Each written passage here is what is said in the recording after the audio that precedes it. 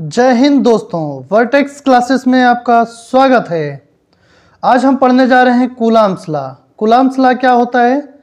सबसे पहले डेफिनेशन पढ़ते हैं। The force of interaction between any two point charges is directly proportional to the product of charges and inversely proportional to the square of the distance between them and acts along the line joining the two charges. Suppose करते हैं कि मेरे पास दो charges हैं। मान लिया पहला charges Q1 है, दूसरा चार्ज क्या है? Q2 है। मेरे पास दो चार्ज हैं, Q1 है और Q2 है, और उनके बीच की डिस्टेंस जो दी गई है उसे हमने मान लिया क्या? R मान लिया है। ठीक है, दो चार्ज दिए गए हैं, Q1 दिया गया है, Q2 दिया गया है, उनके बीच की जो डिस्टेंस दी गई है उसे हमने R मान लिया है। अब डेफिनेशन के अकॉर्डिंग देखते हैं। The force of interaction between any two point charges is directly proportional to the product of charge. Product of charge, product का मतलब है कि एक चार्ज दिया गया है Q1 Q2, तो उसका क्या हो जाएगा? फोर्स डायरेक्टली प्रोपोर्शनल हो जाएगा Q1 और Q2 के। फोर्स डायरेक्टली प्रोपोर्शनल किसका हो जाएगा? Q1 और Q2 के। Product of charges and inversely proportional to the square of the distance, और इनवर्सली प्रोपोर्शनल हो जाएगा 1/r² के। इसे इक्वेशन 1 बना दिया, इसे इक्वेशन 2 बना दिया। ठीक है, इक्वेशन 1 इक्वेशन 2। अब हम लोग क्या करते हैं? इक्वेशन 1 और इक्वेशन 2 को एक साथ में लिखते हैं। एक साथ लिखने का मतलब क्या है? एक साथ अगर हम लिखेंगे तो लिखेंगे F directly proportional Q1 Q2 upon R²। जब इस सिंबल को हटाते हैं तो एक कांस्टेंट K आ जाता है और इक्वल का साइन आ जाता है, तो F इक्वल टू हो जाएगा K Q1 Q2 upon R²। ठीक है, चूंकि हमें पता है कि K की जो वैल्यू होती है वो होती है 1/4πε0।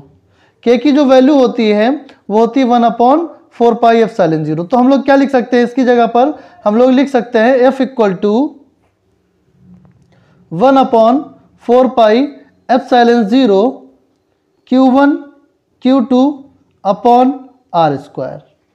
चूंकि हमें पता है कि 1/4πε0 की और भी कोई वैल्यू होती है, वो वैल्यू होती है 9 × 10⁹ होती है। तो हम लोग इसकी जगह पर 1/4πε0 की जगह पर 1/4πε0 की जगह पर 9 × 10⁹ लिख सकते हैं। तो क्या लिखेंगे? F equal to 9 × 10⁹ Q1 Q2 upon R²। बस यही मेरा फार्मूला होता है। F equal to 1/4πε0 Q1 Q2 upon R², या फिर F equal to 9 × 10⁹ Q1 Q2 upon R²। उसके आगे हम देखते हैं electrostatic constant K depends on the nature. जो इलेक्ट्रोस्टैटिक कांस्टेंट K है, ये वैल्यू जो K की वैल्यू निकली है, ये किस पर डिपेंड करता है? इस K की जो वैल्यू है वो डिपेंड करती है नेचर ऑफ द मीडियम। भाई जो मीडियम है वो किस नेचर का है। ठीक है, अगला देखते हैं। इन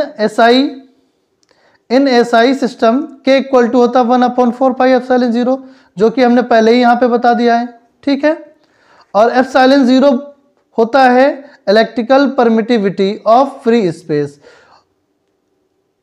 जो electrical permittivity of free space होता है, इसे ε0 से डिनोट करते हैं, और ε0 की जो वैल्यू होती है वो होती है 8.85 × 10⁻⁻12 coulomb square upon newton metre square. अच्छा, जो K की वैल्यू होती है 1/4πε0 होती है, और इसी के इक्वल में हम लोग और भी कुछ लिख सकते हैं। हम लिख सकते हैं 9 × 10⁻9 भी लिख सकते हैं। K की वैल्यू होती है 1/4πε0, और इसी के इक्वल हम लोग मान सकते हैं 9 × 10⁻9 के बराबर। और ε0 की जो वैल्यू होती है वो होती है 8.85 × 10⁻⁻12 coulomb square upon newton metre square. आशा करता हूं आपको कूलम्स लॉ समझ में आया होगा। धन्यवाद।